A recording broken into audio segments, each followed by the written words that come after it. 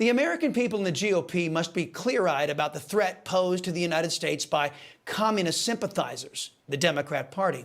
65 Democrats, led by the policies of Joe Biden, voted no on the Select Committee to investigate the atrocities committed against the world and the United States by Communist China. In other words, an alarming number of Democrats threw their support behind the most racist, genocidal, and inhuman regime on planet Earth, America's biggest threat abroad.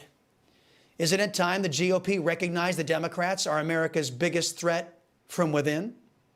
Now, let's get to my first guest, Virginia Congressman Ben Cline.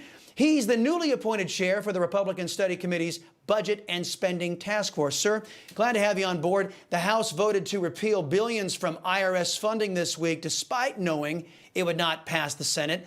The IRS still has its money, by the way, courtesy of Mitch McConnell and 17 other members of your party who unnecessarily gave Democrats a win on that disgraceful omnibus spending bill.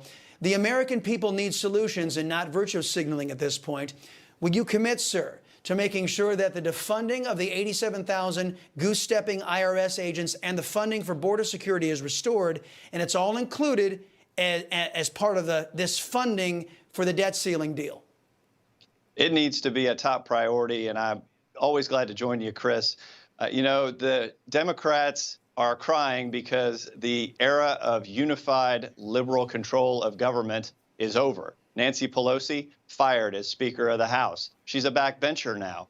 And so they are trying to control themselves. But you know the left, they can't handle it when we set the agenda. And what we're talking about this week is abuses by the IRS, our adversaries in China, yes, the politicization of our intelligence agencies and the raiding of our fuel supplies and the sale of those supplies to China, and pro-life legislation. So we're chalking this week full of conservative policies that we've been trying to push for years and finally are getting the chance, and it's driving the left crazy. Yep, Congressman, I'm hoping that you and your caucus will prioritize putting that, because you have leverage next over that over the debt ceiling deal, and I'm hoping we're using that leverage. Absolutely. Okay. All right. So now I want you to comment on the breaking news.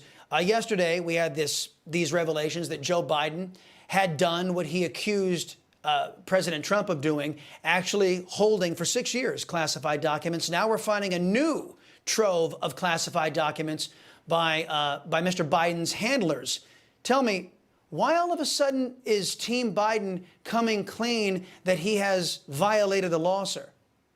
Well, I've found over the years that if you ever want to find out what the Democrats are up to, listen to what they're accusing conservatives of. And that's what you'll find the Democrats up to. What we've seen is not just that Joe Biden was doing the same thing with classified documents. Joe Biden, as vice president, wasn't even allowed to declassify those types of documents. He wasn't allowed to possess them in private papers or transfer them to a university. So when apparently the CNN source says that when the documents were found, they were in an envelope marked personal items. So if Joe Biden is somehow taking classified documents, concealing them as personal items, and hiding them away, you've got significant evidence of a crime that needs to be investigated. So Jim Comer is going to be after this like a dog on a bone. It's going to be a good show. Yeah, well, yeah. And let me ask you, because the breaking news says there's even more classified documents that were in Mr. Biden's possession. So that starts to lead to other questions. What does Barack Obama have? What further documents does Joe Biden have? And why do you think, Congressman, that the National Archives seem to have every detail of what President Trump had, but they seem to be completely oblivious to all the classified information that Obama and Biden seem to have in their possession? Although we haven't had it revealed yet that Obama has any. I have to be very clear. It's only been revealed that Biden has illegally classified information in his hands. Why do you think the National Archives doesn't seem to know about all this stuff? Well, it is disconcerting, and I think that we will be looking into why this government agency doesn't actually know what's in the boxes that it alleges to have. But, you know, we heard all kinds of allegations against the former president for committing some violations of national security. But then when it appears that Joe Biden has done it, oh, it's everybody that does it. It's all kinds of elected officials, and it happens all the time. So you're hearing one thing, seeing another. That's the duplicity that comes with the Democrat Party. And it's not going to stop. We just have to continue to call them out on it and hold them accountable for their violations. Congressman, I've only got a minute because I know you got to go out there and do some work, get some voting done. You know, I'm old enough to remember when Bill Clinton ordered the bombing of an empty aspirin factory to distract the United States from his affair he was having with Monica Lewinsky. Some people are wondering about the timing of this FAA meltdown, which sparked the largest ground stop since 9/11. Some are suggesting that this is just another example of Democrat incompetence, you know, the least qualified people for the job, any job in America. Others say it's a convenient story to give CNN and MSNBS something else to talk about other than the fact that Joe Biden took classified documents illegally he wasn't allowed to have. What do you think is going on here?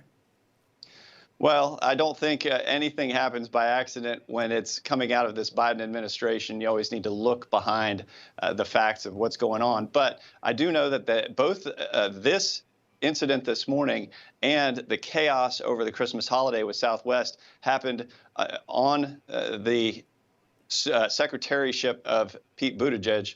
And I think that we have some questions for him on the Hill. So we look forward to having him up here to testify. Well, he does like his vacation time, Mr. Buttigieg. Congressman Ben Cline, sir, thank you very much, sir. Appreciate the time.